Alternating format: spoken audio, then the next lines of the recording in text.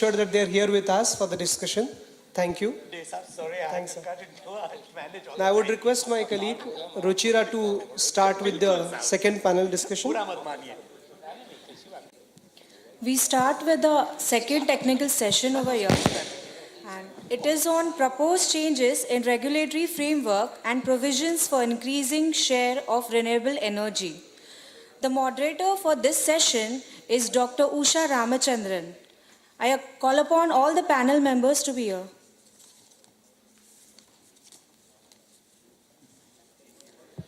Dr. Usha Ramachandran is a professor and area chairperson of Energy Area ACI, is a doctorate in economics from Central University, Hyderabad. She provides inputs on regulation, privatization, and power sector reforms for ACI and other programs for senior management and the civil services. Dr. Usha Ramachandran has worked extensively in the South Asia region, particularly in Bhutan, Sri Lanka, Bangladesh, and Pakistan, as a resource person on energy and power sector related issues. She has conducted specially designed programs for the NTC, DVC, and Power Grid. The next panel member is Mr. Ramanuj Kumar. He is a partner at Amarchand and Mangaldas, Mumbai office. He's completed his Masters of Law from Harvard University. He has worked at Clifford Chance in London and International Finance Corporation. He has extensive experience in project finance and infrastructure practices. He has advised corporate clients in connection with disputes before the Electricity Regulatory Commissions and Appellate Tribunal for Electricity. The next member is Mr. Balwant Joshi.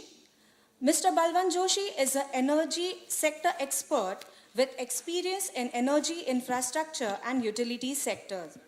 In power sector, his experience spans across entire value chain, that is generation, transmission, distribution, and supply.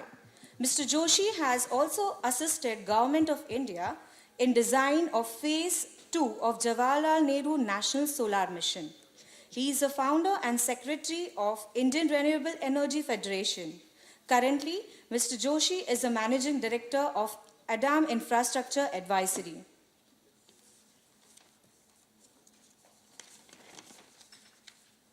The next panel member is Dr. Ramakrishna Sonde. Dr. Sonde was a part of the management of NTPC Limited, where he was heading the technology development division. He has also worked as a scientist in the Department of Atomic Energy.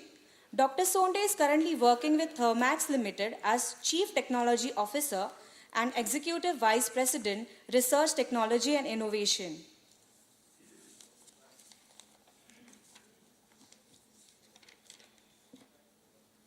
I request now Dr. Usha Ramachandran to kindly take over from here. Thank you very much. Good afternoon all. And I would like to thank Bombay Chambers and Urjgyan for inviting me here. It is indeed a pleasure for me. We have two somewhat separate issues that we need to discuss in this panel. The first is the proposed changes in the regulatory framework. And the second part, we will take up the issues related to renewable energy. Now, as far as the electricity regulatory framework was really the setting up of the electricity regulatory commissions, which were expected to balance stakeholder concerns, work in an accountable fashion, bring in transparency into the sector.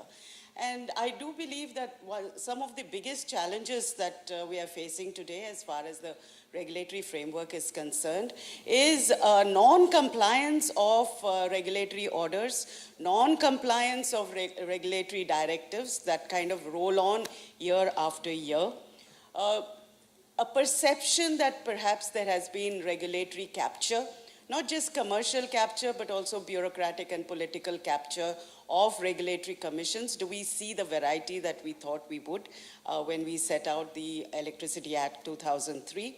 And then something that Mrs. Chandra Iyengar also spoke about this morning, perhaps a creeping in of the central jurisdiction over state jurisdiction. It is electricity, as you all know, is essentially on the concurrent list. And many of the issues related to distribution are expected to be with the state regulators. But the amendments to the Act, we are talking about having the national tariff policy being mandatory and not a guideline. There are several issues, some which were mentioned earlier, about the central regulator or the central government having more say on matters that perhaps should typically be left to state government. So with these few words of introduction, I would now request Mr. Ramanuj Kumar to throw some light on the amendments to the Act, the proposed amendments to the Act, and how well or whether they do or they do not meet the challenges that we now have with the regulatory framework.